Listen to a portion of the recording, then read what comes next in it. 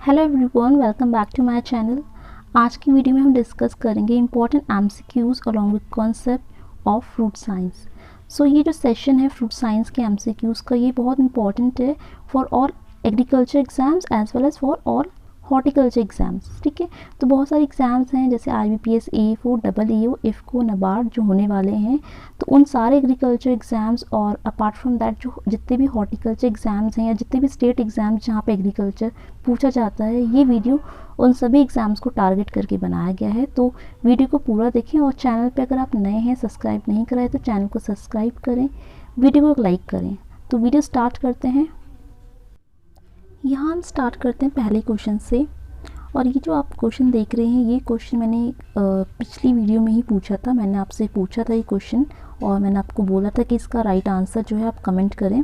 तो लोगों ने इसका राइट आंसर जो है कमेंट नहीं करा, तो फिलहाल हम इसी क्वेश्चन से शुरुआत करते हैं। तो ये हमारा फर्स्ट क्वेश्चन रहेगा। क्वेश्चन है the removal of over crowded and intermingle branches to induce flowering in fruit crop is called what. ठीक है, तो क्वेश्चन की लैंग्वेज अगर हम ध्यान से पढ़ें तो यहाँ पे बोला गया है कि अगर हम किसी प्लांट की ओवर क्राउडेड या फिर इंटरमिंगल ब्रांचेस को रिमूव कर देते हैं, हम ऐसा इसलिए कर रहे हैं बिकॉज फ्लावरिंग प्रॉपर हो। फ्लावरिंग प्रॉपर होगी तो फ्रूट क्रॉप्स प्रॉपर क्वालिटी के आएंगे। ठीक है, तो जब हम किसी प्लांट में ओवर क्राउड और इंटरमिंगल ब्रांचेस रिमूव करते हैं तो वो हमारा क्या कहलाता है, that is called D horning. यहाँ पे ऑप्शन 4 जो है वो राइट हो जाएगा।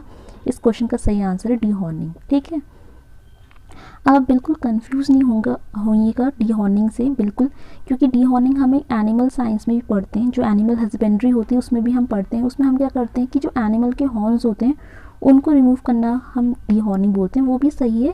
लेकिन हॉर्टिकल्चर में डी हॉर्निंग का मतलब होता है जब प्लांट की ओवर क्राउडेड और इंटरमिंगल ब्रांचेस को सेपरेट करते हैं, रिमूव कर देंगे, that is called D horning. इसके अलावा बाकी ऑप्शंस की अगर हम बात करें, जैसे थिनिंग है, तो थिनिंग में हम क्या करते हैं, थिनिंग में भी सेम चीज़ होती है, सेम यहाँ पे भी हम रिमूवल करते हैं। लेकिन यहाँ पे हम रिमूव तब करते हैं जब क्वालिटी बहुत ज़्यादा ओवरबर्डन होता है।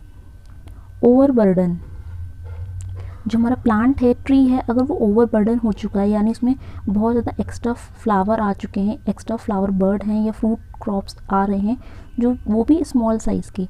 तो अगर किसी प्लांट में बहुत ज़्यादा फ्लावर बर्ड है और बहुत सारे एक्स्ट्रा स्मॉल साइज़ की फ्रूट क्रॉप्स होते हैं, कैसे साइज़ के, स्मॉल साइज़ के।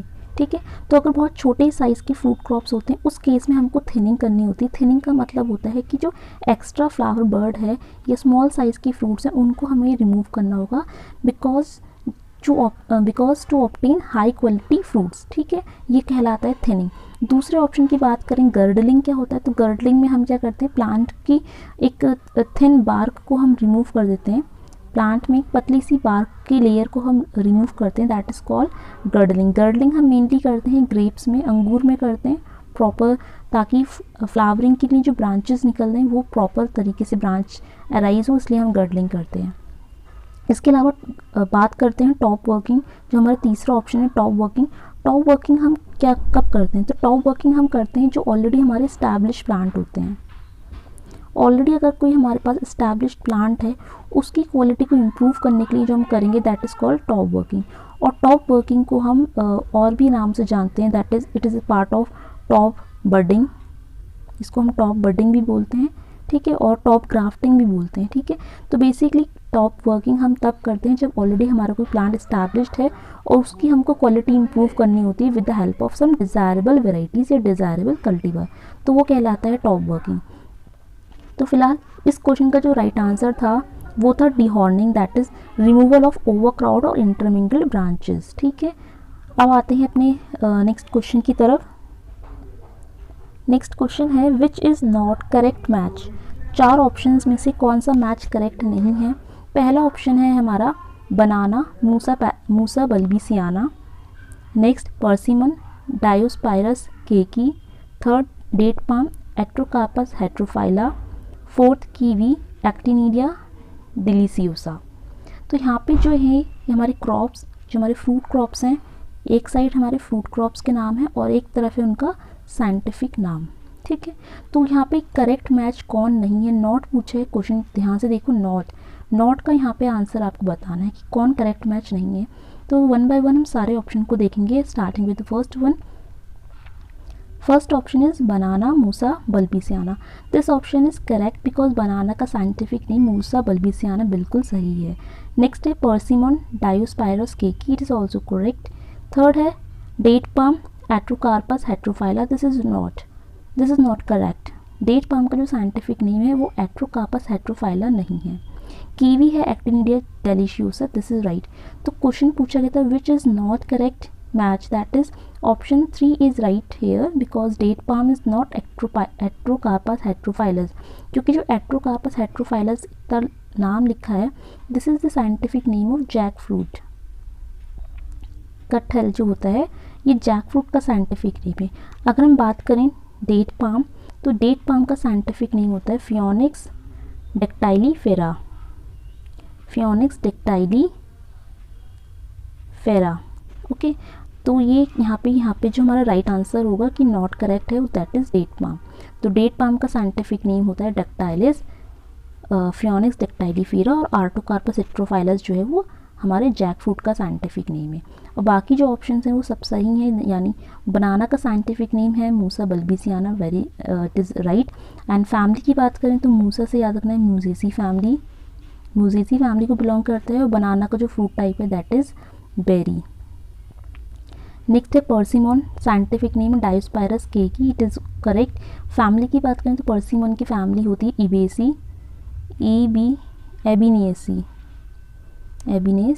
एबिनेसी फैमिली होती है पर्सिमन की. पर्सिमन का जो फ्रूट टाइप होता है ये भी हमारा बेरी होता है. बनाना भी बेरी है, पर्सिमन भी बेरी होता है.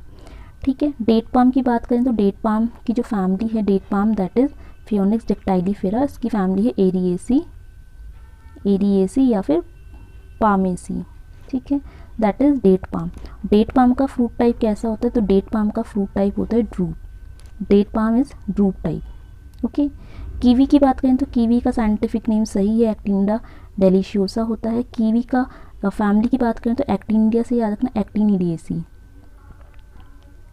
एक्टिनिडिएसी फैमिली इसकी हो जाएगी. और कीवी जो होता है अगेन ये भी हमारा बेरी होता है. कीवी का फ्रूट टाइप भी बेरी होता है. ठीक है. और ये आर्टोकार्पस हेट्रोफाइलस ये जैकफ्रूट का साइंटिफिक नेम है. जैकफ्रूट का जो फ्रूट टाइप है that is called sorosis. Jackfruit जो होता है वो सोरोसिस टाइप का फ्रूट होता है. तो सारे ऑप्शंस हमने डिस्कस करे हैं. नेक्स्ट क्वेश्चन पे बढ़ते हैं. नेक्स्ट क्वेश्चन है हमारा from where litchi has originated. Litchi का ओरिजिन कहाँ हुआ है. Option are South China, Central China, North China या नन. तो इसका ऑप्शन नन तो बिल्कुल नहीं होगा, चाइना में ही ओरिजिन हुआ है. ठीक है. जब भी आप लीची पढ़ते हो तो याद रखना कि उसका ओरिजिन चाइना में हुआ है, लेकिन क्वेश्चन कभी कभार बहुत ज़्यादा पर्टिकुलर होके आ जाते हैं कि चाइना में भी कहाँ पे है एग्जैक्ट, साउथ, सेंट्रल या नॉर्थ. तो इसका राइट आंसर है साउथ चाइना. ठीक है. सेंट्रल चाइना में नहीं हुआ है, नॉर्थ चाइना में भी नहीं हुआ है, इसका ओरिजिन हुआ है साउथ चाइना. यहाँ पे ऑप्शन नंबर 1 यहाँ पे राइट होगा. अब जब हम लीची का ओरिजिन पढ़ रहे हैं तो हम लीची के एक्स्ट्रा पॉइंट्स को भी देख लेते हैं. लीची जो कि साउथ चाइना में ओरिजिनेट हुई है, इसका साइंटिफिक नेम भी बहुत सिंपल है याद करना, क्योंकि चाइना से ओरिजिनेट है तो उसका नाम भी लीची चाइनेंसिस होता है. लीची का साइंटिफिक नेम है Litchi chinensis. Okay. Litchi chinensis is a scientific name of litchi. Family की बात करें तो फैमिली है इसकी सेपिनडिएसी. लीची चाइनेंसिस फैमिली सेपिनडिएसी. क्रोमोसोम की बात करें तो उसका क्रोमोसोम जो है डिप्लॉयड है. 2n=2x क्रोमोसोम इसका होता है 30 का क्रोमोसोम है. ओरिजिन साउथ चाइना हो गया. और बात करें इसकी इन्फ्लोरेसेंस की देख लेते हैं. इसकी इन्फ्लोरेसेंस का टाइप क्या है, तो उसकी इन्फ्लोरेसेंस कहलाती है पैनिकल. ठीक है. लीची की इन्फ्लोरेसेंस होती है पैनिकल. फ्रूट की बात करें लीची किस टाइप का फ्रूट क्रॉप है, तो लीची का जो टाइप ऑफ फ्रूट है दैट इज़ नट. और एडिबल पोर्शन क्या होता है इसका, यानी इसका कौन सा पोर्शन हम खाते हैं दैट इज़ कॉल्ड एरल. इसका जो खाने वाला पोर्शन है edible part is known as aril. इसके अलावा लीची के इम्पॉर्टेंट है कि लीची जो है क्रॉस पॉलिनेटेड क्रॉप है. लीची हमारी क्रॉस पॉलिनेटेड फ्रूट क्रॉप है. क्रॉस पॉलिनेशन की बात करें तो यहाँ पे जो क्रॉस पॉलिनेशन होता है वो इंसेक्ट के द्वारा होता है, और वो होता है हमारा हनी बी के द्वारा. इम्पॉर्टेंट है, लीची is cross pollinated crop and is cross pollinated by insect that is honeybee. Commercial propagation method की अगर बात करें तो लीची का जो कमर्शियल प्रोपगेशन होता है वो होता है एयर लेयरिंग के द्वारा। इंपॉर्टेंट है। एयर लेयरिंग को और क्या बोलते हैं, एयर लेयरिंग के और भी कई नाम होते हैं, मार्कोटेज, ठीक है। और इसके अलावा ओके, लीची में एक इम्पॉर्टेंट वैरायटी और याद रखनी है आपको, लीची की एक वैरायटी है ओनली सीडलेस वैरायटी। लीची में वैसे सीड होता है लेकिन इसकी एक वैरायटी है, बहुत फेमस वैरायटी है, स्वर्ण रूपा। ओके, स्वर्ण रूपा। लीची की जो स्वर्ण रूपा वैरायटी है इंपॉर्टेंट है बिकॉज ये सीडलेस वैरायटी है, और जहाँ पे सीडलेस कंडीशन होती है तो वहाँ पे आपको याद रखना है कि वहाँ पे पार्थेनोकार्पी होती है। लेकिन स्वर्ण रूपा में कौन सी टाइप की पार्थेनोकार्पी होती है, दैट इज स्टिमुलेटिव पार्थेनोकार्पी। ठीक है, ये आपको याद रखना है कि स्वर्ण रूपा लीची की सीडलेस वैरायटी है और उसमें स्टिमुलेटिव पार्थेनोकार्पी होती है। स्टिमुलेटिव पार्थेनोकार्पी का मतलब होता है कि इसमें एम्ब्रियो जो होता है ना, एम्ब्रियो अबॉर्ट हो जाता है, एम्ब्रियो का अबॉर्शन हो जाता है, that is why seedless fruits बनते हैं। तो स्वर्ण रूपा एक इंपॉर्टेंट वैरायटी हो गई लीची की। इसके अलावा लीची में एक इंपॉर्टेंट फिजियोलॉजिकल डिसऑर्डर होता है, that is known as chicken tongue. Chicken tongue, ठीक है। अब ये जो फिजियोलॉजिकल डिसऑर्डर होता है चिकन टंग, ये हमारा होता है due to embryo abortion. Embryo abortion के कारण चिकन टंग नाम का डिसऑर्डर जो होता है वो हमारी लीची में हो जाता है, that is chicken tongue disorder. Now next question यहाँ पर है, which fruit is grown in arid and semi arid climatic conditions. तो दिए गए ऑप्शंस में तीन एग्जाम्पल्स हैं, उनमें आपको बताना है कि कौन सा फ्रूट जो है एरिड सेमी एरिड कंडीशन में ग्रो होता है। ऑप्शंस आर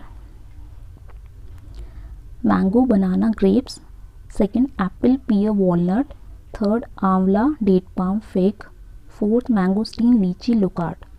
यहाँ पे पूछा गया है arid and semi arid condition में ग्रो होता है, तो यहाँ पे राइट आंसर होगा option 3, that is amla, date palm and fig. ये जो हमारे फ्रूट क्रॉप्स हैं आंवला, डेट पाम, फिग, इसके अलावा एक होता है हमारा बेर। बेर भी हमारा जो है arid semi arid fruit condition में ही ग्रो होता है। इवन जो बेर होता है उसको हम किंग ऑफ एरिड क्रॉप्स ही बोलते हैं, king of arid fruit crops. ठीक है, जो किंग है एरिड फ्रूट क्रॉप्स का वो हमारा बेर है। तो यहाँ पे राइट आंसर ऑप्शन 3 होगा, बेर, आंवला, डेट पाम एंड फिग, ये हमारे एरिड सेमी एरिड कंडीशन के फ्रूट क्रॉप्स हैं। बाकी ऑप्शंस की बात करें तो पहला ऑप्शन जो है mango, banana, grapes. Mango, banana, grapes ये हमारे इंपॉर्टेंट फ्रूट्स हैं ट्रॉपिकल रीजन के, ये ट्रॉपिकल क्लाइमेटिक कंडीशन के इंपॉर्टेंट फ्रूट्स हैं। एप्पल, पियर, वॉलनट की बात करें तो एप्पल, पियर, वॉलनट ये टेम्परेट एरियाज़ के हैं, टेम्परेट कंडीशन के होते हैं। आंवला, डेट पाम, फिग ये तो हमारा राइट आंसर था, ये हमारे एरिड और सेमी एरिड कंडीशन के होते हैं। लास्ट ऑप्शन है मैंगोस्टीन, लीची, लोकार्ड। तो मैंगोस्टीन, लीची, लोकार्ड ये हमारे सब ट्रॉपिकल फ्रूट क्रॉप हैं, ये हमारे सब ट्रॉपिकल फ्रूट क्रॉप। और अभी हमने लीची डिस्कस करा तो आप लोग को ध्यान होना चाहिए कि लीची हमारी सब ट्रॉपिकल फ्रूट क्रॉप में है, और इवन लीची जो है वो क्वीन है, ये रानी है, क्वीन ऑफ सब ट्रॉपिकल फ्रूट क्रॉप। ठीक है, तो लीची जो है क्वीन ऑफ सब ट्रॉपिकल फ्रूट क्रॉप से भी जानी जाती है, तो आपको ध्यान रखना है। Now move on next question. अगला क्वेश्चन है आपके लिए, hypanthodium type of inflorescence is common in. तो हाइपेंथोडियम टाइप की इन्फ्लोरेसेंस किस फ्रूट क्रॉप में देखने को मिलती है।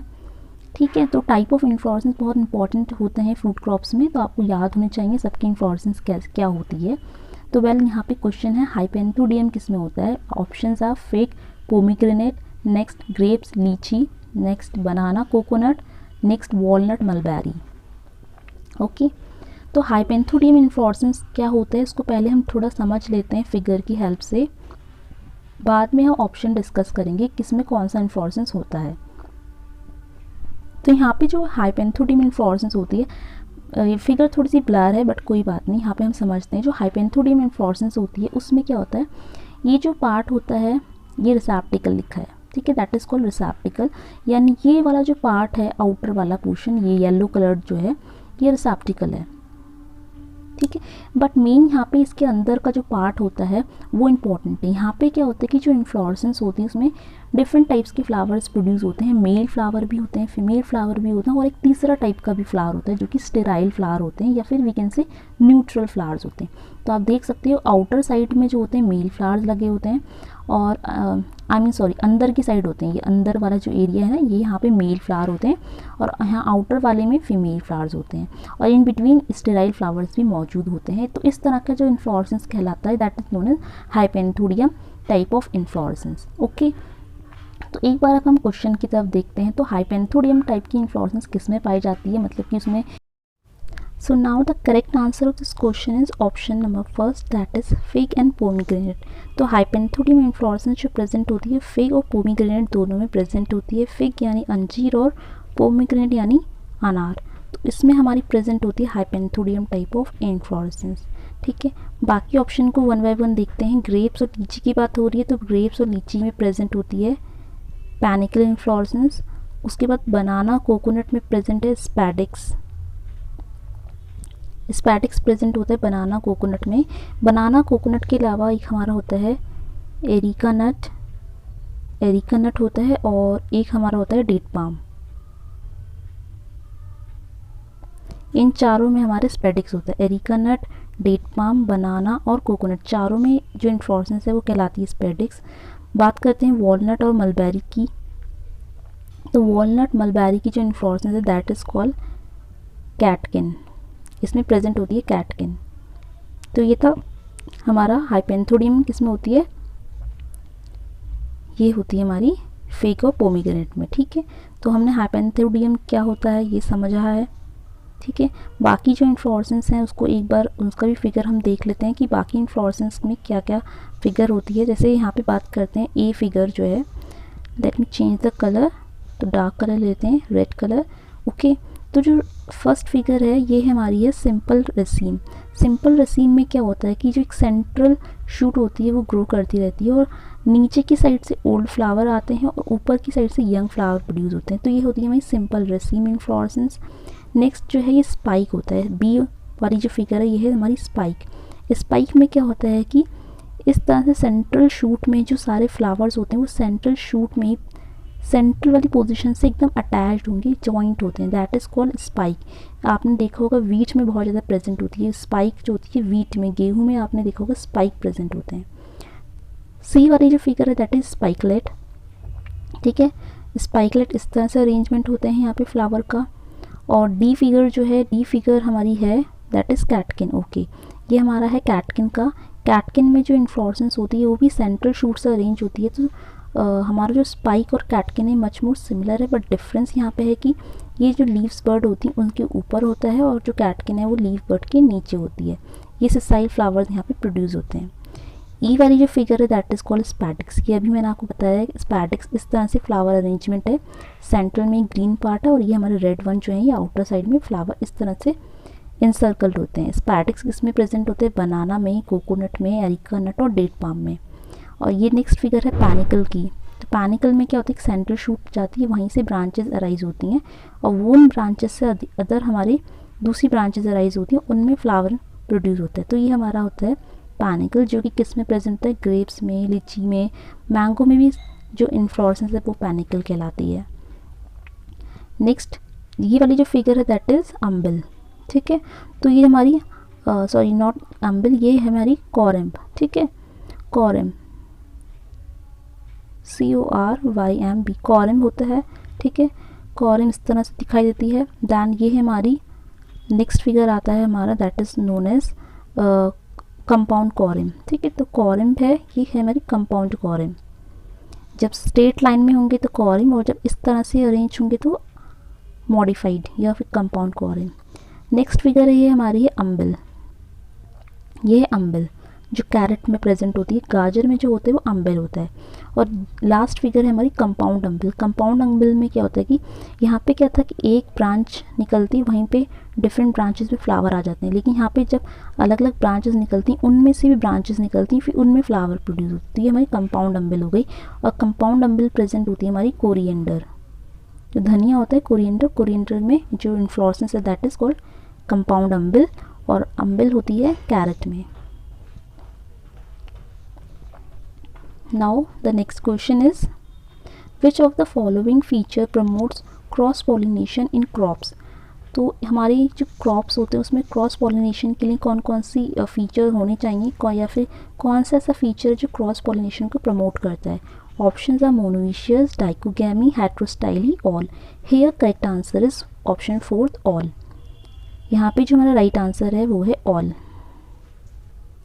ठीक है, तो ये हमारा राइट आंसर होगा ऑल, मतलब कि मोनोइशियस कंडीशन भी है, डाइकोगैमी कंडीशन और हेट्रोस्टाइल कंडीशन। अगर किसी प्लांट में ये तीनों कंडीशन प्रिवेल करती हैं तो उसमें क्रॉस पॉलिनेशन ही होता है। This all conditions will promote cross pollination in the plant. One by one समझते हैं इन टर्म्स का मतलब। मोनोइशियस का मतलब क्या होता है, when both male and females, ये हमारी होगी फीमेल और ये हमारा हो गया मेल। ठीक है, ये सिंबल होते हैं, ये फीमेल का सिंबल है, ये मेल का सिंबल है। जब एक ही प्लांट में मेल और फीमेल पार्ट प्रेजेंट है लेकिन डिफरेंट लोकेशन में प्रेजेंट होंगे, that is termed as monoecious. इसको आप समझ सकते हैं कि सपोज ये हमारा प्लांट है, ठीक है, अब यहाँ पे हमारा मेल प्रेजेंट है, ये है हमारा मेल और ये ही हमारी फीमेल। तो एक ही प्लांट में है लेकिन डिफरेंट लोकेशंस पे हैं, डिफरेंट पोजीशन पे हैं, that is called monoecious condition. तो अब क्या होगा कि इस वाले फ्लावर का पोलन यहाँ पे आएगा फर्टिलाइजेशन के लिए, ठीक है, पोलिनेशन के लिए। लेकिन हो तो क्या रहा है, डिफरेंट फ्लावर्स हैं, अलग अलग फ्लावर के बीच में अगर पोलिनेशन हो रहा है दैट इज़ क्रॉस पोलिनेशन। तो मोनोइशियस कंडीशन को हम कह सकते हैं कि क्रॉस पोलिनेशन को प्रमोट करता है। डाइकोगैमी का मतलब क्या होता है, डाइकोगैमी का मतलब होता है मैच्योरिटी जो होती है वो डिफरेंट टाइम पे आएगी। ठीक है, मेल और फीमेल की जो मैच्योरिटी का टाइम अलग अलग होगा, that is called dichogamy. Dichogamy के हिसाब से दो तरह की कंडीशन सामने आती है, एक होती है हमारी protandry and other one is protogyny. Protandry में यानी एंड्रियम एंड्रोशियम यानी मेल पार्ट पहले मैच्योर हो जाएगा, और प्रोटोगाइनी गाइनी यानी गाइनोशियम यानी फीमेल पार्ट जो है वो पहले मैच्योर हो जाएगा, दैट इज़ कॉल्ड डाइकोगैमी।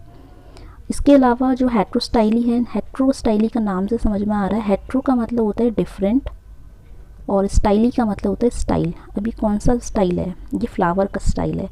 जब भी हम फ्लावर के पार्ट्स पढ़ते हैं तो उसमें जो फीमेल पार्ट होता है उसमें सबसे नीचे होती है स्वेलन ओवरी, ठीक है, उसके बाद एक डंडा जैसा जाता है, इस डंडे को ही हम बोलते हैं स्टाइल, और ऊपर सबसे ज़्यादा एक प्लेटफॉर्म होता है दैट इज़ कॉल्ड, जहाँ पे पोलन आके रिसीव होता है, दैट इज़ कॉल्ड स्टिग्मा।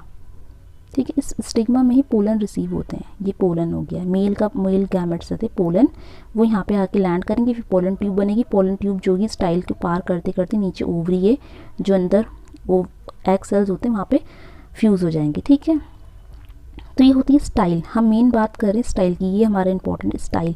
हेट्रोस्टाइली का मतलब जब स्टाइल की लेंथ अलग अलग होती है उस कंडीशन को बोलेंगे स्टाइल हेट्रोस्टाइली, और ये कंडीशन भी क्रॉस पॉलिनेशन को ही प्रमोट करती है। तो इसलिए जो सारे फीचर्स हैं वो क्रॉस पॉलिनेशन को ही प्रमोट करें, तभी हमारा आंसर यहाँ पे हो जाएगा ऑल।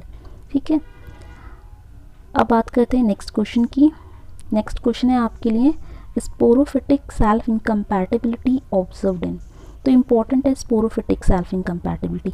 इससे जो पहले वाला क्वेश्चन था जिसमें हम बात कर रहे थे कि क्रॉस पॉलिनेशन को कौन कौन प्रमोट करता है, तो मोनोइशियस, डाइकोगैमी, हेट्रोस्टाइली, प्लस जो हमारी सेल्फ इनकम्पैटिबिलिटी होती है, सेल्फ इनकम्पैटिबिलिटी, ये वाला जो प्रोसेस होता है सेल्फ इनकम्पैटिबिलिटी, ये भी हमारा क्रॉस पॉलिनेशन को ही प्रमोट करता है। सेल्फ इनकम्पैटिबिलिटी में क्या होता है ये हम आगे पढ़ेंगे, चैप्टर कह रही हूँ अगले क्वेश्चन में।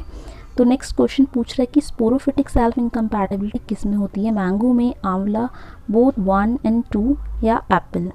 ठीक है, तो सेल्फ इनकम्पैटिबिलिटी की बात करें तो सेल्फ इनकम्पैटिबिलिटी में क्या होता है कि जो मेल होते हैं, मेल का जो पार्ट होता है फ्लावर में, प्लांट्स में जो मेल पार्ट होता है दैट इज पोलन। पोलन क्या करता है, प्रॉपर फर्टिलाइजेशन नहीं कर पाता। ठीक है, pollen has lose its ability to fertilize और विद और टू पॉलिनेट। ठीक है, तो पोलन में इतनी कैपेसिटी नहीं रहती है कि वो पॉलिनेट कर पाए। ठीक है, उस कंडीशन को हम बोलेंगे सेल्फ इनकम्पैटिबिलिटी।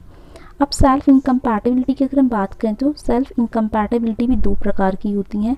एक होता है स्पोरोफिटिक सेल्फ इनकम्पैटिबिलिटी, एक होती है गैमीटोफिटिक स्पोरोफिटिक सेल्फ इनकम्पैटिबिलिटी, लेकिन क्वेश्चन पूछा कि स्पोरोफिटिक सेल्फ इनकम्पैटिबिलिटी किस में होती है, तो ये हमारी मैंगो आंवला दोनों में प्रेजेंट होती है। Answer is both 1 and 2। ठीक है, मैंगो में जो होती है वो भी स्पोरोफिटिक होती है, आंवला में भी स्पोरोफिटिक सेल्फ इनकम्पैटिबिलिटी प्रेजेंट होती है। स्पोरोफिटिक में क्या होता है कि स्पोरोफिटिक सेल्फ इनकम्पैटिबिलिटी जो होती है वो due to the pollen producing tissues, यानी ऐसे टिश्यूज़ जो पोलन को प्रोड्यूस करते हैं। ठीक है, तो स्पोरोफिटिक टिश्यूज़ हम बोल सकते हैं इनको।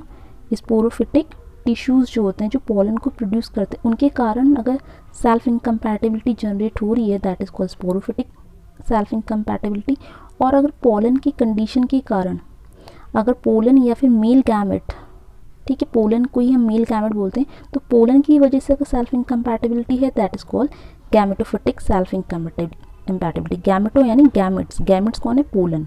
ठीक है, तो पोलन के कारण होगी तो गैमेटोफिटिक, या फिर ऐसे सेल जो पोलन बनाने में हेल्प करते हैं, पोलन बनाने में हेल्प करते हैं, that is called sporophytic tissues, उनके कारण होगी तो sporophytic gametophytic, I mean sporophytic self incompatibility.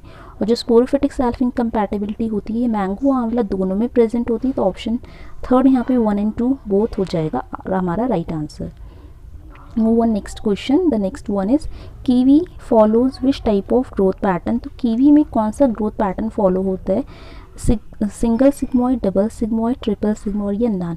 तो कीवी में जो फॉलो होता है वो हमारा होता है triple sigmoid growth curve. Sigmoid growth curve आपने बनाया होगा, ग्राफ आपने सबने पढ़ा होगा। हमारा जो ग्रोथ कर्व होता है वो कुछ इस तरह का होता है, सिग्मॉइड शेप का, इस तरह का। ठीक है, ये हमारी होती है स्टार्टिंग में लैग फेज, LAG लैग, फिर आता है हमारा log, LOG log phase. Log phase जो होती है एक्सपोनेंशियल फेज कराती है जब एकदम ग्रोथ इंक्रीज हो जाती है।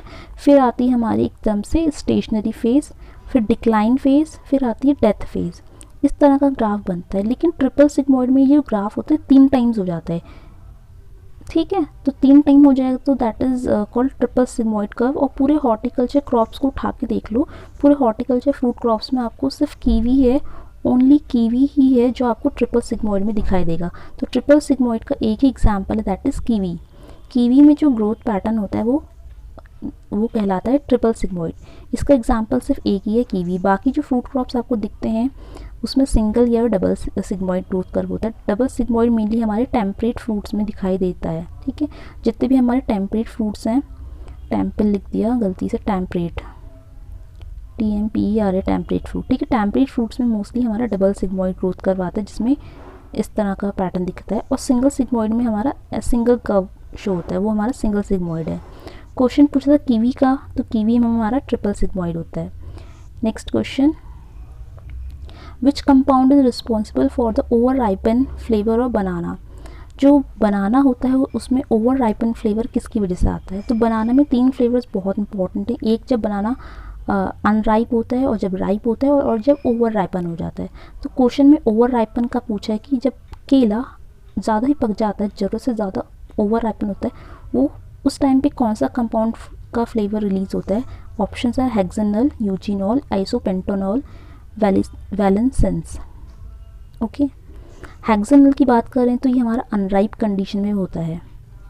जब हमारा फ्रूट अनराइपन होता है उस कंडीशन में हमारा हेक्सेनल कंपाउंड की वजह से फ्लेवर बनता है। तो याद रखना, जब बनाना अनराइपन होगा तो हेक्सेनल की वजह से फ्लेवर आएगा। यूजीनॉल का फ्लेवर आता है राइपन बनाना। जब हमारा केला प्रॉपर राइपन हो चुका है तो उस टाइम पे यूजीनॉल का फ्लेवर आता है। और आइसोपेंटोनॉल का फ्लेवर जो आता है मेनली ये प्रोड्यूस होता है ओवर राइपन कंडीशन में। तो जब हमारा केला ज़्यादा ही पक जाएगा, ओवर राइपन हो जाएगा, तो उसके बाद उसमें जो फ्लेवर आता है that compound is known as isopentanol. तो यहाँ पे क्वेश्चन ओवर राइपन का पूछा था कि केले में ओवर राइपन फ्लेवर किसकी वजह से आता है, तो ऑप्शन थर्ड यानी आइसोपेंटोनॉल इज़ द राइट आंसर। याद रखेंगे बाकी ऑप्शन, हेक्सेनल जो होता है अनराइपन फ्रूट्स में फ्लेवर देता है, यूजीनॉल का फ्लेवर जो होता है राइपन बनाना में आता है, और आइसोपेंटोनॉल जो फ्लेवर देते हैं वो ओवर राइपन बनाना को देता है। ऑप्शन 4 जो है वैलेंसेंस, ये हमारा फ्लेवर प्रोड्यूस करते हैं ऑरेंज में। ठीक है, जो संतरे होते हैं, संतरे का जो फ्लेवर होता है it is due to valencene. Next question है आपके लिए, Pusa Sarijan is an important variety of fruit crop. Pusa Sarijan किस फ्रूट क्रॉप की इंपॉर्टेंट वैरायटी है? ये वैरायटी हमारी बहुत इंपॉर्टेंट है। पूसा सरीजन याद रखना है आपको, किस क्रॉप की वैरायटी है? मैंगो, पाइनएप्पल, पपाया या गुआवा। मैंगो की नहीं है पपाया, पाइनएप्पल नहीं है, पपाया भी नहीं है, ये है हमारा गुआवा। इम्पॉर्टेंट है ये वैरायटी, थोड़ा याद रखना है पूसस रीजन। ये इम्पॉर्टेंट क्यों है, ख़ास बात इसकी ये है कि ये ओनली वैरायटी है गुआवा की जो कि एन्यूप्लॉइड होती है, जिसमें एन्यूप्लॉइडी होती है। कौन सी प्लॉइडी, एन्यूप्लॉइडी। एन्यूप्लॉइडी का मतलब क्या होता है कि जो हमारा नॉर्मल क्रोमोसोम सेट होता है, ये 2n हमारा डिप्लॉइड है, हमारा नहीं, आई मीन गुआवा डिप्लॉइड होता है 2n। तो एन्यूप्लॉइड कंडीशन में क्या होता है कि जब डिप्लॉइड सेट ऑफ क्रोमोसोम में एक क्रोमोसोम या तो गेन हो या फिर लॉस हो, क्रोमोसोम, ठीक है, I am talking about chromosome, जब एक क्रोमोसोम ऐड हो जाएगा या फिर डिलीट भी हो जाएगा, डिलीट यानी माइनस हो जाएगा, तो जब एक क्रोमोसोम माइनस या ऐड हो जाएगा, प्लस हो जाएगा, उस कंडीशन को बोलेंगे एन्यूप्लॉइड कंडीशन। और एक होती है हमारी यूप्लॉइडी, एक होती है हमारी यूप्लॉइडी। यूप्लॉइडी ही हमारी, यूप्लॉइडी माने ट्रूप्लॉइडी। इसमें क्या होता है कि एक्चुअल में जो क्रोमोसोम है हमारा, जो क्रोमोसोम सेट है, उसमें पूरा का पूरा क्रोमोसोम सेट इंक्रीज होगा। यानी अगर 2n है तो 2n में अगर 2n इंक्रीज हो गया, यानी पूरा का पूरा क्रोमोसोम का सेट ही इंक्रीज हो जा रहा है, ठीक है, दैट इज़ यूप्लॉइडी। ठीक है, यूप्लॉइडी फर्दर दो टाइप्स की होती है, ऑटो पॉलीप्लॉइडी या फिर alloy polyploidy, auto and alloy, ठीक है। लेकिन जो पूसस रीजन होता है ये गुआवा की वैरायटी है, गुआवा का इंपॉर्टेंट कल्टीवार है जो कि एन्यूप्लॉइडी होती है जिसमें, ठीक है। ये इंपॉर्टेंट फैक्ट है पूसस रीजन के बारे में, बाकी वैरायटीज़ में नहीं होता है गुआवा की, सिर्फ एक ही वैरायटी है पूसस रीजन जिसमें एन्यूप्लॉइडी होती है। नाउ नेक्स्ट क्वेश्चन इंपॉर्टेंट है, लखनऊ 49 जिसको शॉर्ट में L49 बोलते हैं, ये गुआवा का इंपॉर्टेंट वैरायटी है। इंडिया में इसको डेवलप किसने करा है, ठीक है, L49 variety guava in India develop by whom, तो किसने इसको खोज करी है। Options are GS Cheema, Deshmukh, HB Frost, both 1 and 2। Correct answer है ऑप्शन 4, बोथ 1 and 2, यानी चीमा और देशमुख दोनों ने मिलके क्या करा है, L49 वैरायटी जो है गुआवा की उसको डेवलप करा है, ठीक है, ये याद रखना है। इसके अलावा HB फ्रॉस्ट की अगर हम बात करते हैं तो HB फ्रॉस्ट ने सिट्रस का एक वैरायटी है किनोव मैंड्रिन, किनोव को डेवलप करा है। किनोव का जो है क्रॉस याद रखना है, ये किनोव यानी किनोवा और विलो लीफ मैंड्रिन को क्रॉस करा के बनाया है किनोव, ठीक है। किनोव को किसने बनाया है, HB फ्रॉस्ट ने। लेकिन L49 वैरायटी जो है गुआवा की, ये किसने डेवलप करी है, तो GS चीमा ने और देशमुख दोनों ने मिलके ये वैरायटीज़ को, L49 वैरायटी को डेवलप करा है। एंड L49 बहुत फेमस वैरायटी है गुआवा की, ये इलाहाबाद या यूपी के एरियाज़ में बहुत ज़्यादा फेमस है। Next question, which acid is present in carambola fruit, ठीक है, तो करम्बोला इंपॉर्टेंट फ्रूट क्रॉप है करम्बोला, इसमें कौन सा एसिड प्रेजेंट होता है। अगर आपको इसकी फैमिली पता है, एक हिंट मैं आपको दे रही हूँ, ये हिंट समझ लो। ये क्वेश्चन लास्ट आई थिंक, इसके बाद शायद थैंक यू हो रहा है, ठीक है। थैंक यू करने से पहले ही आपका ये होमवर्क है, this is homework for you. आपको इसका आंसर ज़रूर कमेंट करके बताना है कि क्या होगा। क्वेश्चन ये है कि विच acid present in carambola, carambola में कौन सा एसिड प्रेजेंट है, malic acid, tartaric acid, oxalic acid, citric acid. चारों में से करेक्ट आंसर क्या है ये आपको कमेंट करना है, ठीक है। हिंट मैं आपको दे देती हूँ, एक सपोज एक यहाँ पे हिंट मैं आपको दे रही हूँ, करम्बोला की जो फैमिली का नाम है, ठीक है, इसकी जो फैमिली है उसका नाम अगर आपको याद है तो आप रिलेट करोगे कि इसमें कौन सा एसिड प्रेजेंट है। इतनी हिंट मैंने आपको दी है, सो होप सो आपको हिंट से बहुत हेल्प मिल जाएगी। इसका सही आंसर जो है वो आप कमेंट सेशन में ज़रूर बताएंगे, ठीक है। तो इस वीडियो में इतना ही, अब हम मिलेंगे नेक्स्ट वीडियो में, और बाकी सेशन में हम ये तो फ्रूट क्रॉप्स का है, बाकी सेशन में हम वेजिटेबल क्रॉप्स का भी डिस्कस करेंगे। तो इस वीडियो में इतना ही, मिलेंगे नेक्स्ट वीडियो में। अगर वीडियो अच्छी लगी तो वीडियो को लाइक करें। Thanks for watching this video.